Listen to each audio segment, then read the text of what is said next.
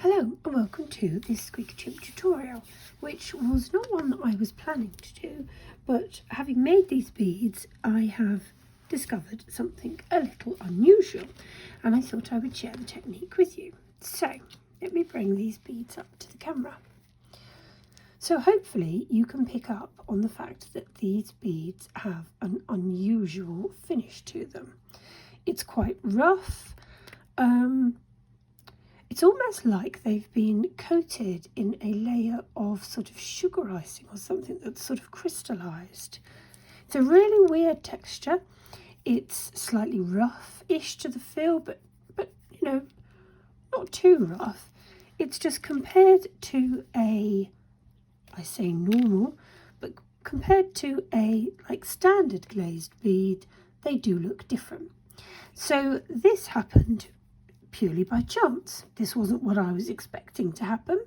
So I thought I would show you the technique that I did in order to achieve this, because on my Facebook page and in my group and on Instagram, I've had a lot of people inquiring about it. So without further ado, let me show you what I did. So I had some beads, which I have got a set here, and I coated them. I am a painter of glazes. I'm not a dipper. So I had dipped, no, telling fibs now. I had painted my beads with one layer of triple thick. That was all I did, was just one layer of triple thick. And then I thought to myself, these beads are quite thin. I had made them out of, let me try and find the paper.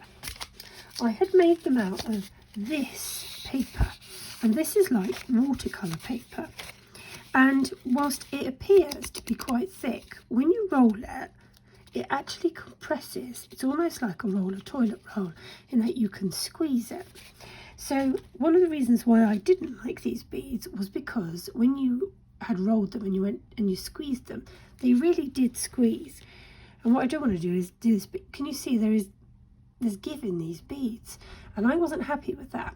So I thought what I would do is, having already glazed them, I decided I would use my wood hardener, which I know in America you can buy it and it's called the PC petrifier, but this is what I can get in this country. It's by Runsil, and it's probably a very similar substance. So have a go with yours. So what I did was I got a piece of wire. And remember, I've coated these once with the triple thick. I popped all of my beads onto this piece of wire.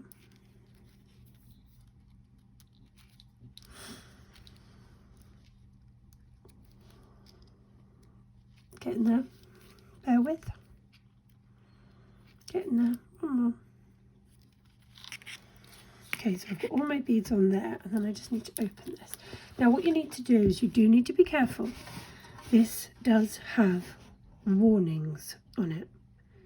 It contains acetone, it's flammable, it's dangerous, cause serious eye irritation, may cause drowsiness or dizziness, keep out the reach of children. Use this in a well-ventilated space. And please bear in mind that we are mixing two substances here. This is dry, this is on and it's dry. And then this, please make sure that you are doing it in a well-ventilated area. So what I did was I took my beads and I dipped them into my PC, or my wood hardener.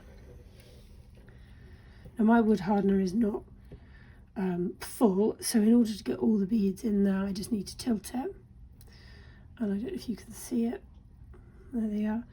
But I like to leave mine in there for sort of 30 seconds, just until they sort of stop bubbling, until they've got absorbed as much PC hardener as I can, or this Runsil wood hardener. When I think they've probably been in enough, I'm just going to lift them out. There we go. going to hold it over here and I'm going to pop the lid on.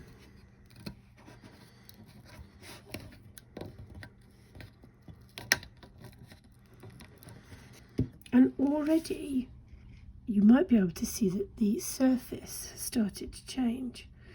And what happened was, if you can see, it's starting to get really sticky and tacky. It's as if it kind of melts the triple thick glaze. So what we need to do now is we need to leave this to dry. This is going to be really sticky, and when I first did it I thought, oh, I ruined these beads, because these beads are now just going to be disgusting and sticky and horrible. And you see, look,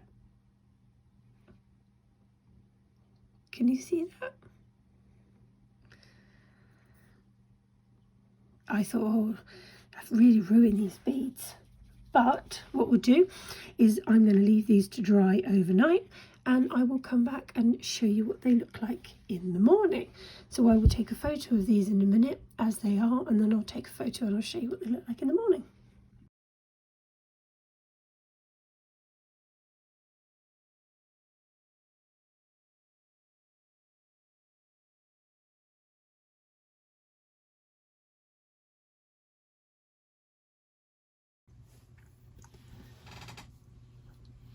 Okay, so it's morning and these have dried. They're not sticky anymore, and just crinkle them all apart. And you can see that they have changed. So bear with me. Let me take them all off. Bring them up to the camera so you can see. And they've now got that weird texture to them, just like the original ones, like this. And all I did was do one coat of this glaze, and I stuck it in my PC petrifier, or my version of it. So give it a go at home, but just make sure that you're being careful of any safety precautions, because you are mixing chemicals. I'm guessing what's happening is that this is going on, and this, which has acetone in it, is melting this and causing it to bubble in small amounts, and as it bubbles and then dries, it's creating this weird, unusual texture, but it's quite a funky texture. So there you go. I hope you liked that tutorial. Feel free to pop on over to Facebook to the Squeaky Chimp paper beading group and join, where you'll find all sorts of useful advice, tips, tricks and upcoming news on things that are happening. Plus, if you have a go at this technique with your equipment at home, I'd love to see the results. I'd love to see what you get. So, speak to you soon. Don't forget to subscribe and hit the bell icon, because I have got loads more tutorials planned. Speak to you soon. Bye.